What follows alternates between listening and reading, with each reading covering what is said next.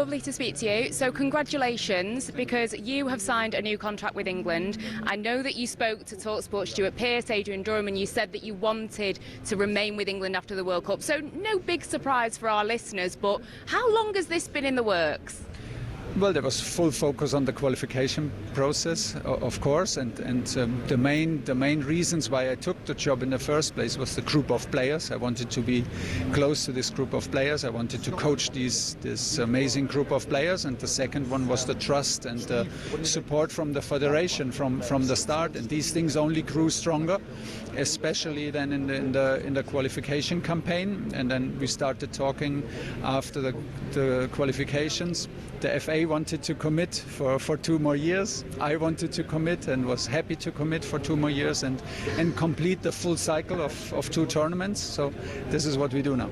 You are smiling from ear to ear. I can tell how happy you are about this. I mean, I must ask, were you approached by anybody else? Were there any other discussions? Because I know that there were rumours about Premier League clubs being interested. Yeah, there are always rumours, and there stays rumours. I can just tell you that I was fully committed to the idea of staying, and the FA was fully committed. So if I'm ever tempted to go back to club football, it's not in the next 2.5 years.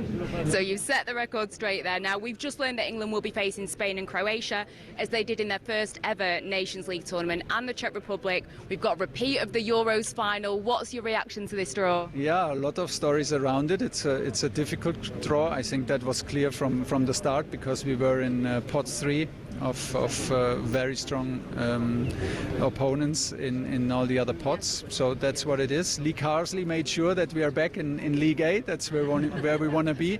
And it's very competitive. It's but basically exactly what we need also to prepare for the home Euros. Yes.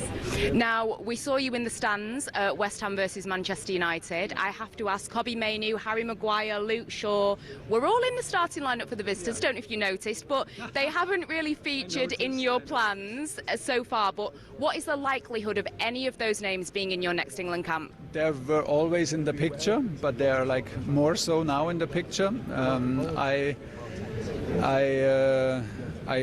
I guessed that they were in the starting lineup, and I guessed right. That's why I wanted to see them. I wanted to see them live. I'm very happy that they are in a good run of form, in good shape, because they are back in the picture. March gives us the chance to have a last look at players before we need to nominate for our trip to US. So yeah, they're in the picture, and I'm happy because competition is on. Now, you've had a very tight-knit group, especially when you've looked at the last 3 camps last autumn. Is it a little bit of a selection headache for you that you've seen players flourishing under new managers, players like Kobbie Mainoo, players like Cole Palmer? Yeah, good headache. It's a good headache. These decisions need to be made, and then hopefully I get some headaches, because that means that everyone is playing, everyone is in good shape, and everyone is hopefully ready and hungry to play for us and play for the country. And hopefully we have these choices and not too many injuries and not too many players out of shape. You mentioned injuries. Jude Bellingham, of course, does have one. We know that there have been a few whispers in Spain that the injury could keep him out for maybe 2 months. But have you spoken to him? And is it a worry, especially regarding the March camp? It's not a worry yet. I don't like when the players are injured, and I saw it live on TV, and then straight away got in touch with him, and he's very determined. He's Jude. He's very determined. He wants to be back as soon as possible. The club is a bit defensive in terms of weeks and when they think he can come back. I am still positive. I know Jude. I know that he will do everything to be with us in March, and let's take it from there. And finally, I wanted to get your thoughts on the recent comments from Sir Jim Ratcliffe. Being a German man working in England, you are England manager.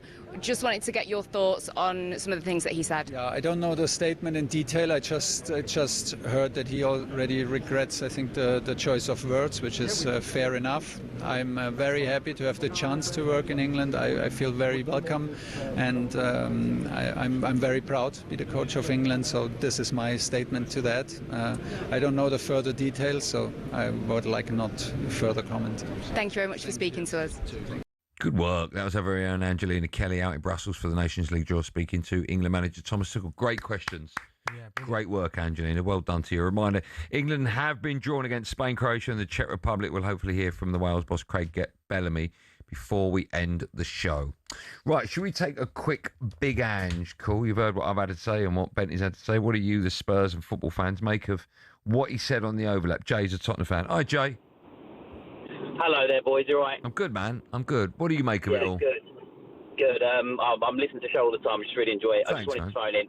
Andy, I'm a Tottenham season ticket holder. I cannot disagree with you more, mate. Okay. Honestly. All right, go on. I can't. I just think, listen, I know it's hard because you're not a Tottenham fan, right? But what he did last season goes against the makeup of the club, right? And what we've lived through for many, many years. As Darren said, every manager says it. He's just saying what every manager comes out and says afterwards, right? Because we know how it runs. And all he did today on the overlap was just confirm what we know. It was quite sad listening to it. We know the club aren't built and don't try to win anything, right? They don't try. All they do is want to exist and get all this money from other events and other things going on, right? And don't try and win anything. And when it comes down to when the chips are down, they decide not to do anything, right? And Ange went against that because he actually got us over the line. Like, that is a huge thing to actually have happened, which doesn't ever happen, right? You know, you're saying about the run, cup run that we went on, right? Yeah, of course, they're not strongest teams in the world, right? But when we lost the Champions League in 2019, no one was going, oh, God, Liverpool were quite strong, weren't they? Tottenham had no chance. Or when we lost in 2021 in the Carabao Cup final, no one was like, oh, yeah, they lost because City were really good. I hear what you're saying. saying. But no one said that. I hear what you're saying. No one said that. They just said, yeah, go on. Sorry. Well, I understand what you're saying. My problem with it, I had two problems with it. One, he never, ever blamed himself. I agree. I can see that. I can totally agree. I can see that, yeah. Didn't talk about the league form, which did make him the worst Tottenham manager in league football for 50 years. Never mentioned that once. And also, I just had a problem with the fact that because of Spurs, he's now a multi-millionaire, doesn't need to work again. He's got £7 million, probably more in the bank. Of course. And he laughs at calling them Spursy, like a previous employer. I just thought it was a little bit nasty. I wasn't comfortable with that. I know. And what I'd say is, though, that he was saying that when he was getting asked that in interviews, wasn't he? He was getting all these mocking questions, wasn't he, when he was manager, about winning and about being Spursy and the Spursy tag. And he was fighting back on that when he was the manager, and he proved it.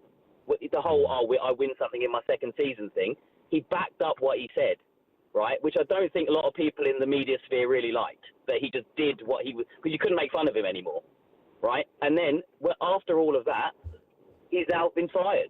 He shouldn't have been fired at that point when we'd won a trophy. And the 17th thing, of course, right? Yeah. I think contextually, the teams were terrible, weren't they? The three below us, right, were rubbish, right? So we knew we weren't going to go down.